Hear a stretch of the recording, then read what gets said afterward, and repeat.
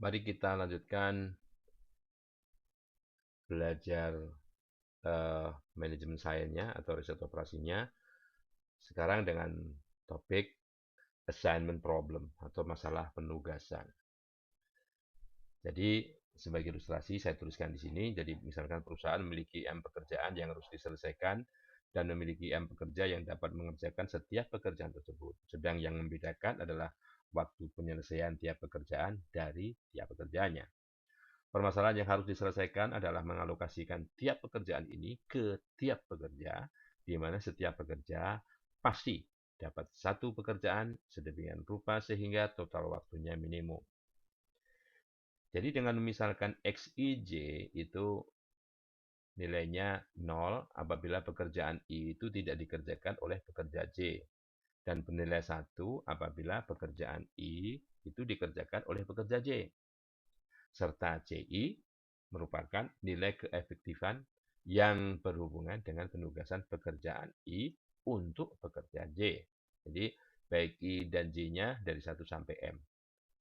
Dengan notasi matematik, permasalahan tersebut dengan notasi matematik, maaf ada gangguan dikit ini. Oke. Permasalahan tersebut yaitu misalnya kalau berhubungan dengan waktu minimum ini, minimum kombinasi linear ini. Jadi kombinasi linear ini. Jadi ada ini adalah nilai keefektifan dikalikan XIJ yang nilainya 0 atau 1. Kendalanya dalam setiap baris dan dalam setiap kolom itu jumlahnya sama dengan 1. Karena nilai XIJ hanya 0 dan 1. Dan alokasi pekerjaan I hanya diberikan oleh pekerjaan J. Masing-masing pekerjaan hanya dikerjakan oleh satu pekerja dan masing-masing satu pekerja mendapatkan satu pekerjaan. Oke. Jadi ada cara selain menggunakan metode simplex, yaitu apa yang disebut dengan metode Hungaria. Metode Hungaria. Jadi ilustrasinya begini.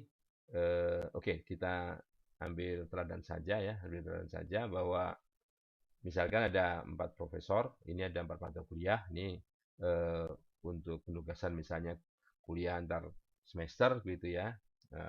Sebelumnya belum ada kuliah antar semester atau 4 week session atau 8 week session ya gitu. Di mana masing-masing profesor ini diminta memprediksi berapa lama, berapa hari untuk mempersiapkan pada semester depan itu mata kuliah ini ya dalam hari satuannya ya sedemikian rupa sehingga pihak manajemen si ketua departemennya misalnya harus mengalokasikan si profesor A dapat mata kuliah yang mana ya, karena yang diperhitungkan adalah total waktu persiapan minimum. Oke, misalkan ini boleh dalam hari misalnya ya. Oke, nah caranya kalau permasalahannya minimisasi maka kita cari yang minimum ya, kita cari minimumnya pada tiap baris. Di atas itu nilai minimumnya 2, jadi semua baris 1 ini dikurangi 2 semua. Kemudian baris 2 dikurangi nilai minimumnya 4, semua dikurangi 4, jadi 11, 0, 10, 4. Baris ketiga nilai minimumnya 11, ini semua dikurangi 11. Baris keempat minimumnya 4, semua dikurangi 4 ya. Nah, setelah itu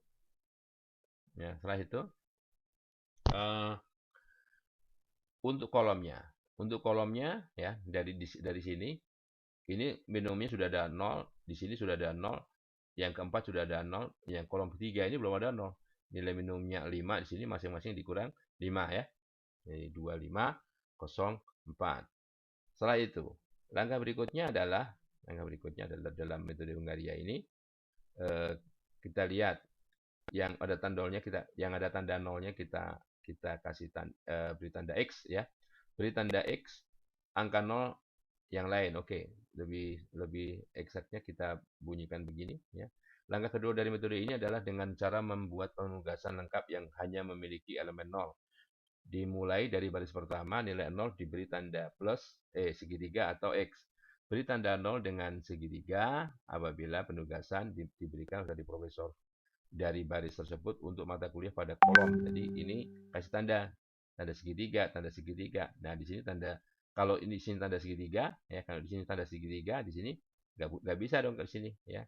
Karena di sini sudah ada tanda segitiga pada kolom ini tidak boleh, ini harus tanda X gitu ya. Oke. Artinya baru ada 1, 2, 3 penugasan lengkap. Nah, padahal Deon ini nggak mungkin, kalau kalau ini sudah di sini posisinya, Deon harus mau tidak mau harus manajemen saya kan begitu. Tetapi apakah itu sudah minimum? Nah, untuk sudah optimum dalam hal ini sudah minimum, kita harus lihat, cek semua baris di mana penugasan belum dilakukan. Cek kolom-kolom yang belum ditandai yang memiliki 0 dalam baris yang sudah ditandai. Cek baris-baris yang belum ditandai yang memiliki penugasan dalam kolom yang sudah ditandai. Ulangi tahap B, C hingga tak ada pengecekan lagi, ya. Gambar garis, kemudian gambar garis melalui semua baris yang belum tandai dan kolom yang tandai ini, ya. Ini nolnya ada di sini, ada di sini, ada di sini, ada di sini, ada di sini, ya. Banyaknya baris baik mendatar maupun tegak yang bisa kita buat seminimum mungkin dan menutup semua nol ini hanya 3, 1, 2, 3. 1 tegak begini, 2, 3. Nah, ini kan sudah minimum, nggak mungkin 2. Oke, karenanya karena masih 3, alokasinya belum optimum. Oleh karena alokasinya belum optimum, kita harus modifikasi lagi. Modifikasi, ya. Ini periksa elemen-elemen dalam matriksnya. Jadi kita begini, ya. Jika matriks diefektifkan memiliki M baris dan M kolom, maka minimum baris diperlukan untuk menutupi minimal sekali setiap 0 dalam matriks reduksi haruslah M. Ya, ini rule-nya. Jika penugasan lengkap dapat dibuat dengan total keefektifan 0. Hingga tahap ini baru 3 baris yang diperlukan untuk menutup semua angka 0 dari matriks reduksi. Sehingga jawaban layak dan lengkap belum dapat dibuat. Oke, selanjutnya periksa elemen-elemen dalam baris reduksi yang tidak memiliki sedikitnya satu garis yang melaluinya. Misalkan K merupakan elemen terkecil. Nah, elemen terkecilnya di sini 2, ya. Di sini 2, di sini 4, ya. Yang di atas 2, yang di bawah 4. Nah, setelah dikurangi 2 semuanya, di sini kurang 2 nih. Kurang 2, ya. Jadi 6, ini jadi min, tadi kan udah 0 nih. Ini jadi 3. Ini 4 jadi 2, ya kan? 4 jadi 2, 11-nya jadi 9, ya. 5-nya jadi 3. 5-nya jadi 3. Oke. Oke. Kemudian setelah itu, nah, ini ada tambahan 0. Karena ada tambahan 0, mau nggak mau harus ada satu garis lagi tegak begini, atau satu garis lagi mendatar begini, ya. Yang menutup, jadi garis yang digunakan untuk menutup itu sudah minimumnya 4, ya. Ya. Minimumnya sudah 4 garis, ya. Oleh karenanya, kalau begitu, alokasinya ada begini dong. Alokasinya, karena ada 0 di sini, ada 0 di sini, ya, ada 0 di sini, maka alokasinya menjadi bergeser. Nah, jadi di sini tidak dipilih, tapi yang dipilih di sini. Nah, karena apa? Yang di sini itu adalah unik. Tidak ada di kolom ini, tidak ada di kolom ini, ya. Jadi kita pilih di sini delta, ya. Ini yang dipilih. Jadi B itu dapat mata kuliah kedua. Di sini juga, oke. Di sini juga ada choice nih, ya. Ada choice. Jadi kemungkinannya adalah ini.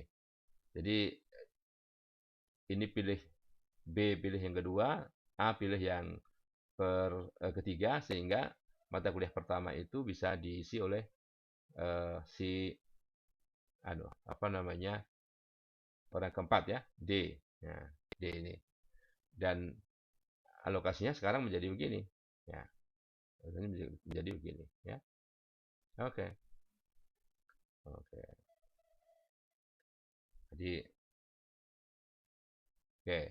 Nah, oke. Jadi itu metode Hungaria, dan kalau kita lihat maka dengan alokasi seperti itu, A dapat mengajar, ini dapat jatah mengajar manajemen produksi, B manajemen organisasi, C manajemen sains, D manajemen pemasaran dengan total waktu 28 satuan waktu, ya. Kalau misalnya ada kombinasi lain yang misalnya dapat menghasilkan nilai lebih kecil dari 28 ini, maka sudah barang tentu metode Hungaria itu nggak tepat. Ya. Oke, di sini sudah saya tuliskan, sayangnya ini sudah cukup lama juga saya menulisnya. Ini masih pakai bahasa pemrograman basic ya. Mungkin bagi yang mempelajari algoritma C atau Java dan sebagainya bisa merubahnya ini menjadi ke dalam program dalam bahasa C atau Java ya. Oke. Ini juga ada latihan bagaimana kalau di sininya 8, di sininya 5, jadi sorry, ada gangguan. Ini ada 8 truk dan ini 5 tempat muatan ya. Bagaimana tentukan penugasan dari tiap truk itu ke tempat pemuatan yang mana agar total biaya yang dikeluarkan seminimum mungkin misalnya ya. Oke, jadi bagaimana kita menggunakan aplikasi dari QM ini ya. Sorry, ini kita ganti dulu modelnya, model assignment ya, model assignment. Oke, kita buat assignment seperti itu tadi ya, dengan tentunya ukurannya 4x4 ya, ukurannya 4x4. Kita buat begini ya, modul. Oke, file new. Ini bisa tinggal diganti 4, ini langsung otomatis 4 ya. Permasalahannya minimumkan. Oke, kalau mau diganti ya, kalau namanya siapa ya, row namanya apa gitu ya. Oke, kalau enggak ya biar aja begini ya. Yang penting formatnya seperti itu. Kita gantikan ini tadi ya, 2, kemudian 10, 9, 7. Oke, baris kedua 15, 4, 14, 8. Baris ketiga 13, 14, 16, 11. Kemudian di sini 4, 15, 13, 9. Nah, jika sudah benar 2, 10, 9, 7, 15, 4, 14, 8, 13, 14, 16, 11, 4, 15, 13, 9 ya. Maka kita tinggal klik solve di sini. Nah, sudah jawabnya seperti tadi ya. Ini optimal solutionnya, nilai minimumnya 28. Diperoleh kalau si A tadi dapat pekerjaan 3, ya, si B dapat pekerjaan 2, si C dapat pekerjaan 4, dan si D dapat pekerjaan 1. Sama kan? Nah, jadi ini assignment-nya. Jadi assignment-nya seperti itu. Nah, dengan total minimum biaya, total minimum jam yang diperlukan 28 jam. Kalau tadi jam, cuma di sini kan kebetulan datanya menggunakan dolar ya, biaya. Oke. Ini assignment list-nya ya. Assignment list-nya kalau mau dibuat begini boleh ya. Dipisahkan. Jadi 1 ke 3, 2 ke 2, 3 ke 4, 4 ke 1. Ini waktunya, total waktunya. Nah, satu lagi di sini dalam Windows ini ada marginal. Marginal itu maksudnya begini. Andaikan si satu ini ya, bukan mendapatkan pekerjaan 3, tapi mendapatkan pekerjaan 2, pekerjaan 1, maka ada selisih perbedaan nilai. Jumlahnya tentunya bukan 28, tapi 28 tambah 2, 30. Ya.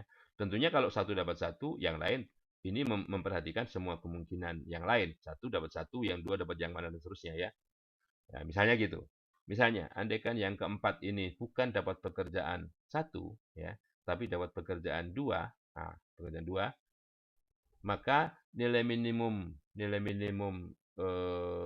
jam yang diperlukan itu bukan 28 lagi, tapi 28 ditambah 10, 38. Jadi sudah memperhitungkan semua kemungkinan itu.